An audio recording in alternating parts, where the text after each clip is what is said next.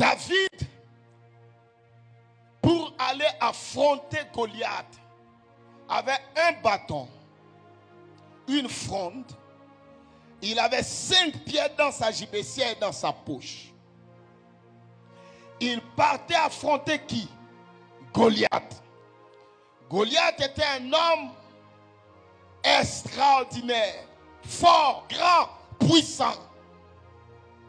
Tellement grand qu'il avait un homme spécial, un protocole spécial qui tenait son bouclier. Dis-moi amen. Et les deux vont donc se mettre l'un face à l'autre parce que ce n'était plus une guerre, mais c'était un combat singulier entre David et Goliath. Ils vont donc prendre position. Et dans leur prise de position, Goliath va remarquer David, et la Bible précise. Goliath remarqua que ce n'était qu'un enfant, blond et de belles figures. Dans d'autres versions, il ne remarqua que ce n'était qu'un enfant, blond et beau de visage. Le premier jour que j'ai lu ce texte, sincèrement, je me suis posé la question. Je me suis dit, il s'agit d'un combat singulier. On ne parle pas de mannequinat et on ne parle pas de défilé de mode. Qu'est-ce que la beauté de David vient chercher dans ce combat? On parle d'un combat singulier. La beauté n'a rien à voir avec ce type de combat. Mais pourquoi on insiste pour nous dire que David était beau de figure?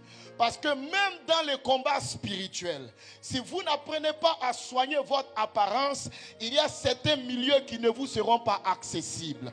Il y a certains milieux qui vous seront refusés.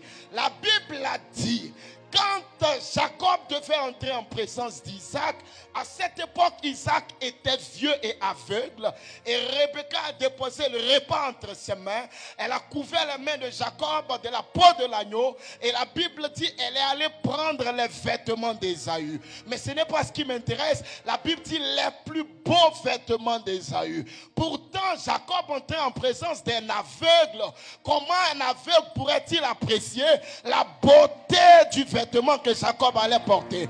Mais en réalité, le vêtement n'était pas pour les yeux d'Isaac, mais le vêtement c'était pour rendre très solennelle la cérémonie de bénédiction et pour attirer des ondes et des vibrations positives à l'endroit de Jacob. Votre aspect compte dans l'obtention des bénédictions. Soignez donc votre apparence. Soyez beau en face de Goliath. Même quand vous êtes dans des combats, soyez beau. Même quand vous êtes en face de l'homme fort, soyez beau. Ne donnez pas l'apparence des gens qui font pitié.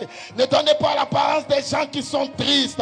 Peu importe les difficultés que tu traverses, sois beau, sens bon, habille-toi bien, parfume-toi, sois beau, coiffe-toi. Tu vis des combats, c'est seulement des combats que tu vis. Tu n'es pas fou. Peigne tes cheveux. Tu n'es pas un fou. C'est juste des combats que tu traverses.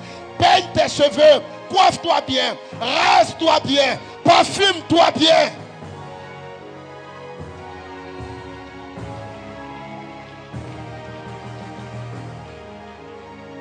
Papa, on est juste éprouvé. On n'est pas des fous.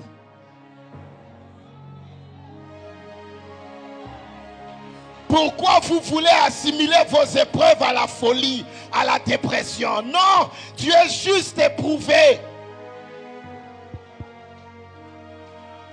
Avance, prophète. Tu n'es pas fou.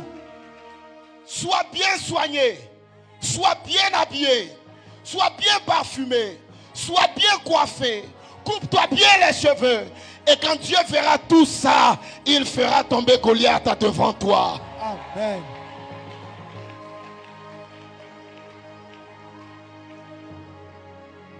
Dis-moi Amen.